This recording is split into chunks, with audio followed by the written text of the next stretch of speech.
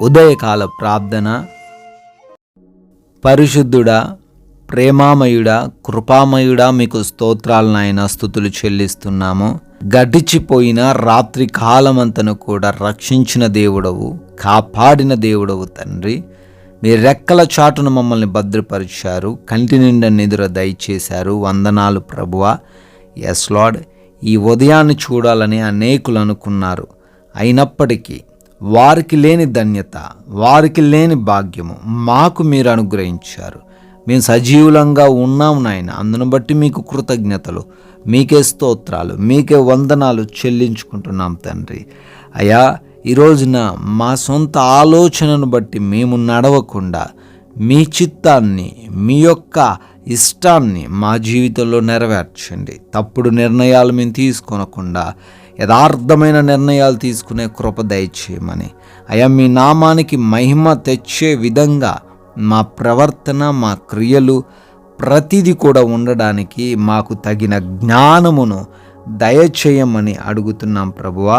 అవునయ్యా, అన్యజనులకు వెలుగుగా నిన్ను నియమించి ఉన్నాను అని యెషయా భక్తుడు 42:7 సెలవిస్తూ ఉన్నట్లుగా, అవును ప్రభువా, మమ్మల్ని అందరినీ అన్యజనులకు వెలుగుగా నింపి ఉన్నారు.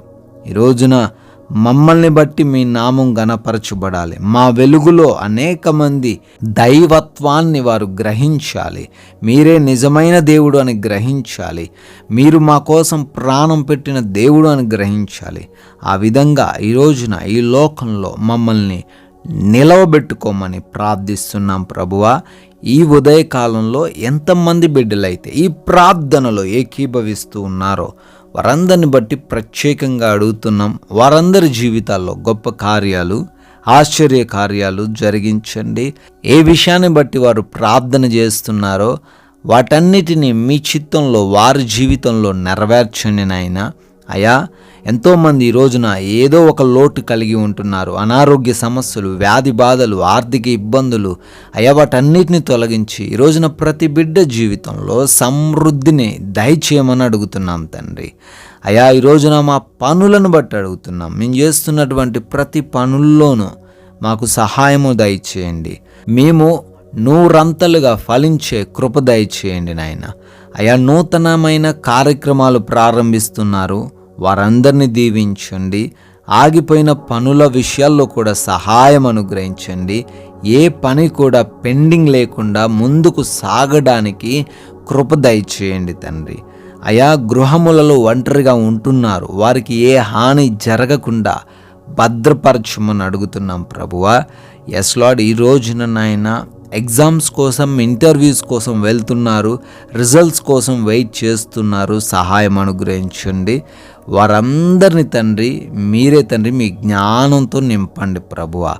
అదేవిధంగా ఎవరైతే హాస్పిటల్స్కి వెళ్తున్నారో వారి రిపోర్ట్స్, వారి చెకప్స్ అన్నీ కూడా తండ్రి వారికి అనుకూలంగా ఉండే భాగ్యం దయచేయండి.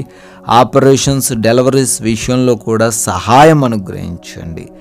ఎస్ లార్డ్, ఈ రోజున మా ప్రయాణాలను కూడా అయా మీ చేతిలో పెడుతున్నాం. వెళ్తున్న వస్తున్న ప్రతి మార్గంలో మీ దేవదూత కంచె కాపుదల మాకు దయచేయమని అడుగుతున్నాం ప్రభువా. ఎవరికి ఏ హాని జరగకుండా భద్రపరచమని బ్రతిమాలుకుంటున్నాం తండ్రి.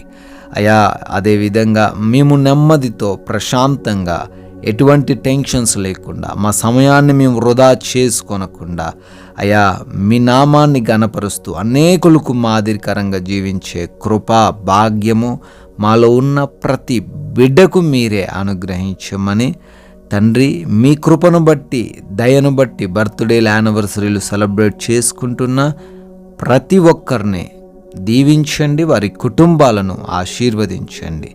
మేము కొందరికైనాను మీ యొక్క విలువైన మాటలు ప్రకటించి మీ యొక్క రాజ్య సువార్తలో పాలిభాగస్తులయ్యే ధన్యత మాకును అనుగ్రహించమని యేసుక్రీస్తు వారి ప్రేమ కలిగిన నామంలో ఈ ప్రార్థనను అడిగి వేడుకుంటున్నాము తండ్రి. ఆమెన్.